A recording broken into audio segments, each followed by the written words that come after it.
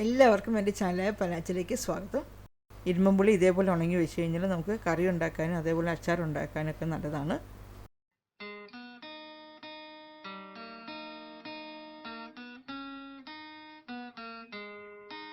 ഇപ്പോൾ ഇരുമ്പുളി എടുത്തിട്ട് നല്ലതുപോലെ കഴുകിയെടുക്കണം. കഴുകിയ ശേഷം അതിന് രണ്ടറ്റവും മുറിച്ച് കളഞ്ഞിട്ട് നടുവേ കട്ട് ചെയ്യുക.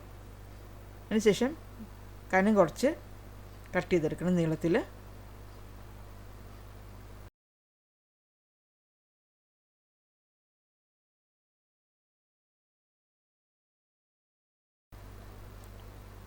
ഇനി കട്ട് ചെയ്ത് വെച്ചിരിക്കുന്ന ഇരുമ്പുള്ളിലേക്ക് കുറച്ച് ഉപ്പ് ചേർക്കണം. 1 ടീസ്പൂണൊക്കെ ചേർത്താൽ മതി.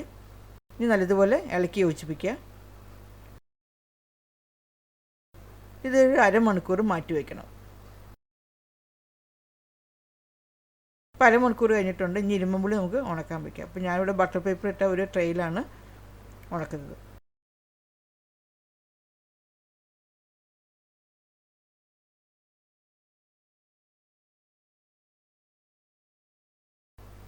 ഇനി വെയിലത്ത് വെച്ച് ഉണക്കണം. ഇടയ്ക്കിടയ്ക്കൊന്ന് ഇളക്കിയിട്ട് കൊടുക്കണം. അപ്പോൾ നമ്മൾ ഫ്ലാറ്റ് താമസിക്കുമ്പോൾ ബാൽക്കണി വെച്ചിട്ട് ഉണക്കണമെങ്കിൽ കുറച്ചും കൂടെ ദിവസം എടുക്കും ഇരുമ്പുള്ളി ഉണങ്ങി കിട്ടാനായിട്ട്.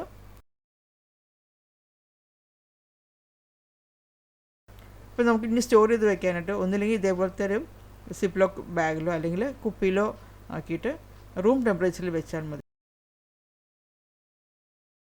ഇപ്പോൾ ഉണങ്ങി ഇരുമ്പുള്ളി കറി വെക്കാനായിട്ട് എടുക്കുമ്പോൾ ഒന്ന് കഴുകിയെടുക്കണം. കഴുകിയതിന് ശേഷം ഇത് ഒരു 5-10 മിനിറ്റ് ഒന്ന് വെള്ളത്തിൽ സോക്ക് ചെയ്തിടണം. എന്നിട്ട് വേണം കറി ഉണ്ടാക്കാനായിട്ട്.